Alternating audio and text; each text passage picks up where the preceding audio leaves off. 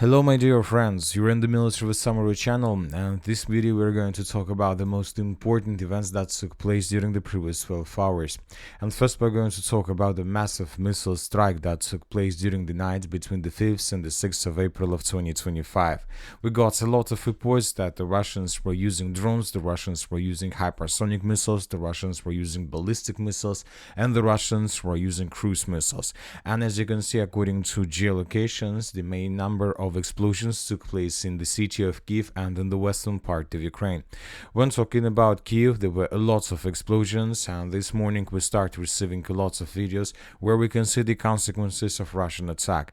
In this video, for example, we can see how the Russians destroyed another military facility which Ukrainians were using to produce drones, or probably to produce some arms for the armored forces of Ukraine. So the Russians managed to deal significant damage. Later, the Ukrainian sources published the article where we can see how the Ukrainian air defense worked during the previous night, and as you can see, the results are very poor. The Ukrainians, according to information we have, managed to bring down just 13 of 23 missiles that the Russians launched, and the Ukrainians managed to bring down just 40 drones out of 109.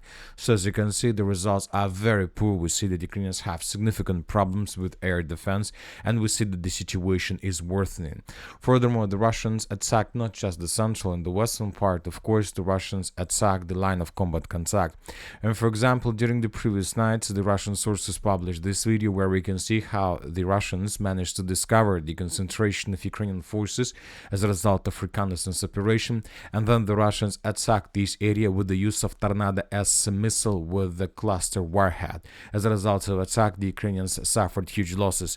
The Russians didn't tell us the exact numbers, but we see from this video the consequences: lots of smoke, lots of losses. Now let's discuss the situation on the ground, and we are going to continue with the Zaporizhzhia direction, where the Russians, according to another video that was published today by the Russians, established complete FPV drone control over the line between the settlements of Stepnogorsk, Kupiansk and Orechov. Today the Russian sources, more precisely the units, the FPV drone squad of Bobry, published another video how they were attacking, bombing and destroying the significant number of Ukrainian vehicles that Ukrainians were trying to use probably for counter-offensive purposes. You know that we start receiving a lot of videos from this area. There are several things we can tell for sure. The first one is that the Russians are concentrating here probably the most experienced units, not just when talking about the FPV drones. They're using the most experienced troopers, artillery systems, artillery squads and so on. And we see that Ukrainians are bringing more and more vehicles, more and more forces to the line of combat contact, but the problem is that Ukrainians still haven't managed to concentrate the critical mass. And the main problem of this, main reason of this, is that the Russians control the situation and destroy everything that enters this region. For example, if we increase the numbers of days since the beginning of April, we're going to see probably tens of cases of Russian FPV drone attacks. Furthermore, if we take a look at this map, we're going to see that the Russians currently establish complete FPV drone control over this line. So this line is under complete Russian fire control, and most likely this is exactly the line that the Russians are planning to assault in the very near future. So we expect that the Russians, when the Russians destroy or damage the significant number of Ukrainian vehicles, Ukrainian arms, warehouses, ammo depots and temporary deployment points, the Russians will try to improve their positions and to enter this line and to force the Ukrainians to fall back further in the northern direction. If the Russians are able to establish complete control over this territory, this will lead to complete collapse of Ukrainian lines in the area of Kupiansk and in the area of Orechov. Now let's move further and let's discuss the situation on the line between the South Donetsk direction and the city of Pokrovsk. Probably the most important update is coming from the village of Salona. Today several pro-Russian resources reported that the Russians, as a result of counter-offensive, managed to recapture the village of Salona. I'll remind you that during the previous days, lots of mappers reported that the Russians lost control over the settlement. We've been talking a lot for the previous several days that Ukrainians are trying to cut the salient between between the villages of Udashna and Kotlina, and with the control over the village of Salona, the Ukrainians were about to finish this task, were about to finish this mission. But once again, today we got reports that the Russians managed to counterattack and to stabilize the situation. Furthermore, today we got geolocation that confirmed the Russian presence in the territory of the western part of the settlement. In this video, for example, we can see a very huge group of Russian forces that were after withdrawn by the Ukrainians. So basically, this episode took place exactly in this area, and based on this video, we have adjusted the map. So currently, we have 100% proof that the Russians control Salona. Furthermore, I'll remind you that several days ago, the Russians reported that they managed to establish complete control over the village of Uspyenovka. So summarizing everything, we see that most likely the Russians, by the beginning of the 6th of April, managed to stabilize the situation on the western flank of this salient, and we expect that in the very near future, the Russians will intensify their assault operation in the direction of Novoalexandrovka, the settlement that is located to the west of Uspyenovka and Salona. And from this perspective, we see that most likely the Russians will intensify their offensive operation in the direction of Kotlarovka, and currently we see that most likely this part of Donetsk region is the primary task for the Russians for the very near future. We're not talking about months, but obviously 1 to 3 weeks the Russians will be focused in this region. Now let's move further and let's discuss the situation in the Konstantinovka direction, where the situation is getting very difficult and complicated for both the Russians and the Ukrainians.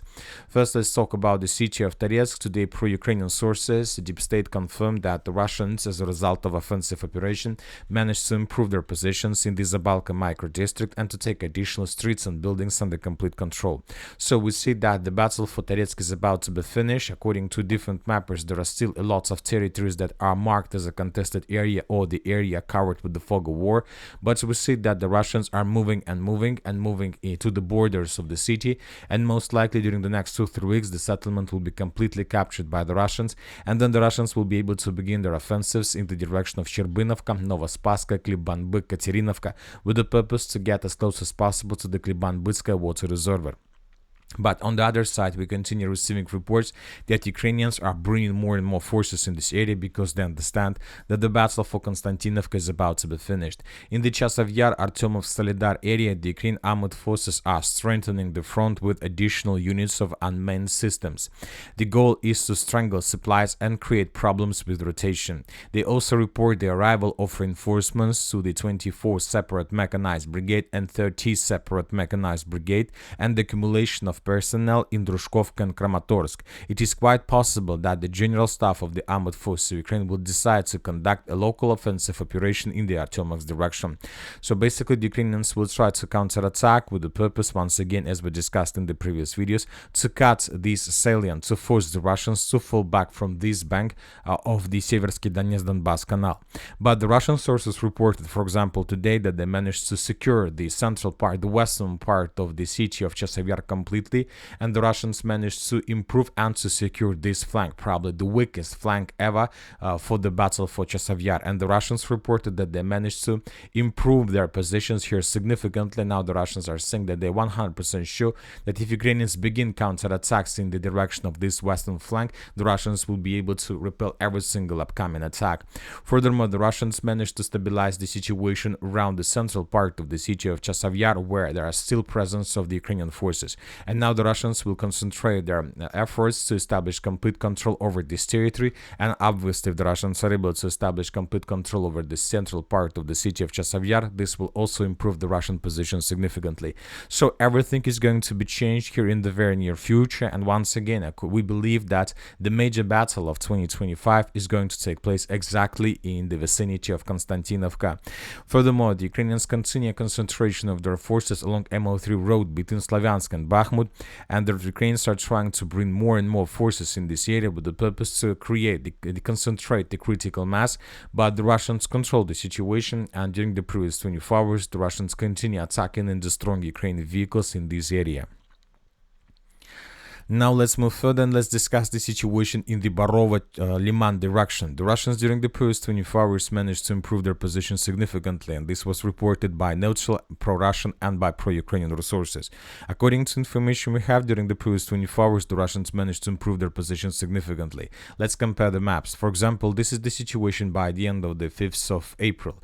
I would like to point your attention to the eastern part of the village of Nova and so these positions in fields and strongholds in the fields. So once again, this is the situation by the end of the 5th of April, and this is the situation by the morning of the 6th of April. The Russians, according to information we have, as a result of offensive operation, managed to answer the village of Nova itself from the east, and the Russians captured up to 10 buildings in this area, and now they're trying to dig in deeper to improve their positions, and most likely currently the Russians are going to focus their, let's say, efforts to establish complete control over the southern part. This will allow the Russians to create a very powerful position, strong positions in the eastern and the southeastern part of the settlement of Nova, and from this foothold the Russians will continue advancing further in the northern and the northwestern directions. Furthermore, the Russians, as you can see, managed to improve their positions in the fields. As a result of offensive operation, the Russians took under control this company's stronghold, which will allow the Russians to move further in the northwestern directions towards more strongholds towards the village of Novomikhailivka. So we see that the front line is collapsing here. The Ukrainians can't do anything with this. The Ukrainians can't stabilize the situation, and the main reason of that is that currently the Ukrainians mainly are focused to repel Russian offensive operation in the vicinity of Raigorodka. I'll remind you that there are very heavy clashes for this territory. The Russians every single day send more and more forces with the purpose to restore control over this territory. The Ukrainians from their side send more and more forces to stabilize the situation, but the Russians establish complete FPV drone and artillery control over this territory, and the Ukrainians suffer huge losses. Furthermore, when talking about the 3rd Azov Brigade, which is responsible for defense of this area, I've noticed that they started their recruit campaign in their social networks, which means that they suffer huge losses, and now they try to replace their losses as fast as possible. But obviously they will not be able to finish this replacement before the end of the Russian offensive operation. And when talking about this area, and if we take a look about this area from this angle, we see that the Russians are about to take under control significant territories and to cut the salient, which will allow the Russians to get as close as possible to the settlement of Borova, which is the heart of the central Kupiansk direction. Now let's move further and let's discuss the situation in the northern Kupiansk direction. And the most important updates from this area is coming from the settlement of Kamenka. It's already the 3rd day in a row when we adjust the map in the Russian favor.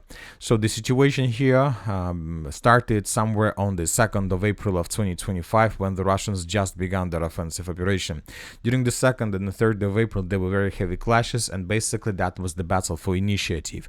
But by the 4th of April of 2025 the Russians managed to break the situation in their favor and to take initiative completely in their hands. And after the 4th of April, every single day we were adjusting the map in the Russian favor more and more. So for example, this is the situation by the end of the 4th of April of 2025. This is the situation by the end of the 5th of April of 2025. The Russians took under control completely the southern part, and the battle for the central part has just begun. And by the morning of the 6th of April, the Russians managed to improve their flanks, and currently the Russians, according to raw estimations, control around 25-30% of the settlement, which is obviously the significant progress during the previous 72 hours. The Russians continue their offensive, and most likely we're going to continue more and more updates. We're going to continue receiving more and more updates of how the Russians improving their positions in this area. And with this, let's say, rates, with this speed of Russian offensive, we believe that in a week or two, the village of Kamenka will be captured by the Russians completely, and the Ukrainians would be forced to fall back towards the settlement of Dvorichenska, and this triangle most likely would be cut by the Russians during the next 2-3 weeks, and this is going to be obviously a very huge problem for the armed forces of Ukraine. Now let's discuss the situation in the northern direction, in the Belgorod and in the Sumy directions. The Russians continue a clearing operation in Demidovka and Popovka, but as for now without significant progress. Ukrainians managed to concentrate, and Ukrainians managed to probably collect a critical mass in this area. The sources reported that there are more than 6,000 soldiers that Ukrainians stretched between the forests, tree lines, tree belts, and so on. Now the Russians are trying to force the Ukrainians to fall back, but the problem is that Ukrainians are bringing gathering more and more forces. The main purpose of the Ukrainians in this area is to stop and to slow down the Russians and not to allow them to redeploy their forces back to the Pokrovsk direction, for example, or to Konstantinovka direction. In this video, we can see how the Russians managed to discover another vehicle of the armored forces of Ukraine and to destroy the vehicle as a result of FPV drone attack. When talking about the Sumy direction, the Russians continue their offensive operation. We have a lot of important updates. The most interesting is that the Russians most likely managed to establish complete control over the northern part and the northwestern part of the settlement of Kyiv. This information was provided us by pro-Russian resources, and this information was provided us by very reliable pro-Russian resources. So as for now, according to different sources, the Ukrainians control just the southern part and the central part that's closer to the eastern part of the Kyiv. So the situation here is very difficult, but we see that the Russian offensive is gaining momentum, and we believe that every single day we will adjust more and more the map in the Russian favor. So we see that the Russians are tasked to finish the battle as soon as possible, and obviously before the Easter. Furthermore, the Russians managed to approach and to get as close as possible to the settlement of Valeshnya. This information was also provided us by pro-Russian mappers and very reliable Russian resources. So according to information we have, the clashes for the village of Valeshnya has begun, and today maybe we will adjust the map completely in the Russian favor. Also, the Russians continue attacking the Ukrainian forces, Ukrainian units that Ukrainians are trying to bring to the border. In this video, we can see how the Russians using the fiber optic drones ambush the Ukrainians. They're trying to get as close as possible to Yunakivka and to the line of combat contact. We see that Ukrainians continue suffering losses, and we see that Ukrainians haven't managed to complete their building of the protection nets. The Russians destroy everything that Ukrainians try to use via these roads.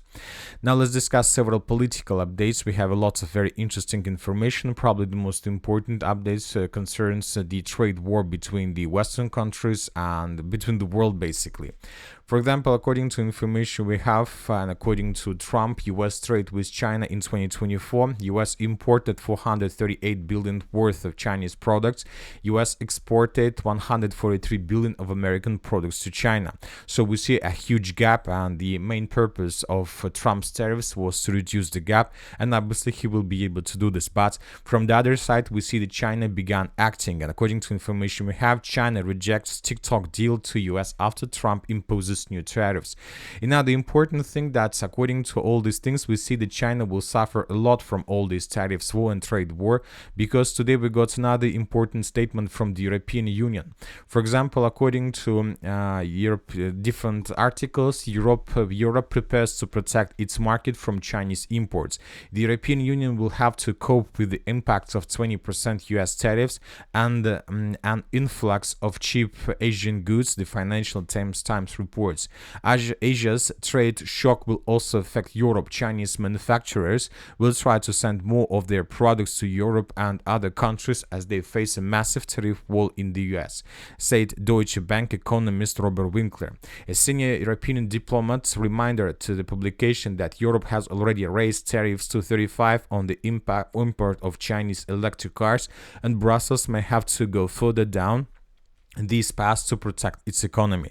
So we see that not just the United States of America, but Europe will also be forced to build some barriers against Chinese products. But you know that the problem is that China has always the right and has always the possibility to start arming their economy and to move the production of goods to the production of military weapon, artillery rounds, and of course in this perspective, sooner or later, if China start doing this, they will have to start thinking where to sell these weapons with these arms. There are several options to sell these arms to the Russian Federation, or the second option is to begin their own war because they need to waste all these arms to somewhere. And that's it for the short video. Military Summary channel reminds we condemn any violence in the world. Thank you for your watching. Subscribe to my channel, put your likes, join my Patreon, and have a good day. Bye bye.